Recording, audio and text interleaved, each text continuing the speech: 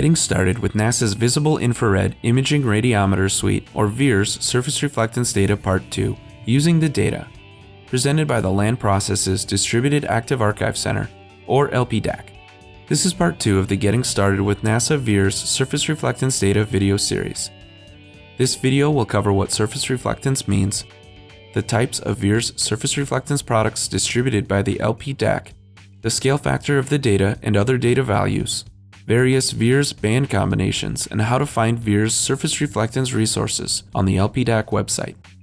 Surface reflectance can be described as the amount of light reflected by the surface of the Earth. VIIRS surface reflectance data are estimates of surface reflectance in each of the VIIRS reflective bands. Surface reflectance is a unitless ratio of surface radiance to surface irradiance, with a value that typically falls between 0 and 1.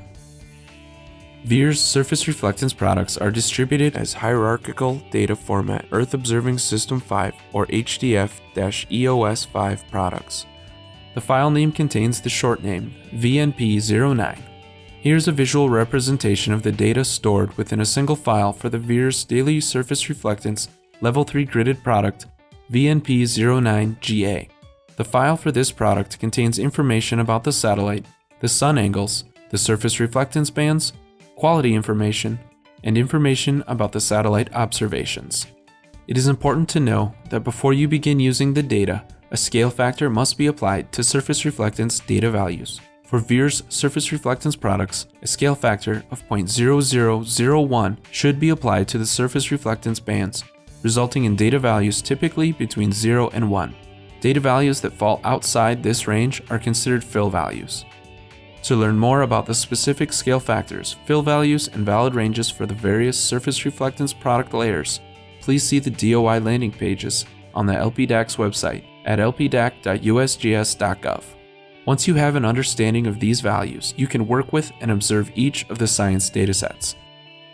Stacking or compositing the surface reflectance bands combines the band wavelengths to emphasize different aspects of the Earth's surface. Specific bands are assigned to the red, green, and blue portions of the image. Today we will demonstrate 3 band combinations using the 1 km layers of the VNP09GA product.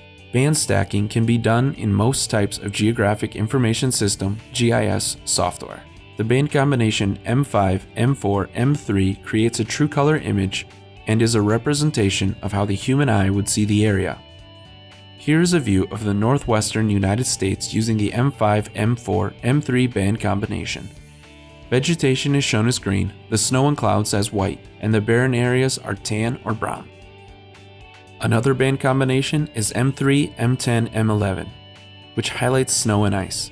Here's the same location shown using the M3, M10, M11 band combination. In this band combination, snow is shown as red, ice and clouds as light pink, clouds are white, water is shown as a dark red, vegetation is green, and deserts are a light blue-green color. A third band combination, M10, M7, M5, is used to show natural color. This band combination exaggerates natural colors, making it easier to differentiate between land features.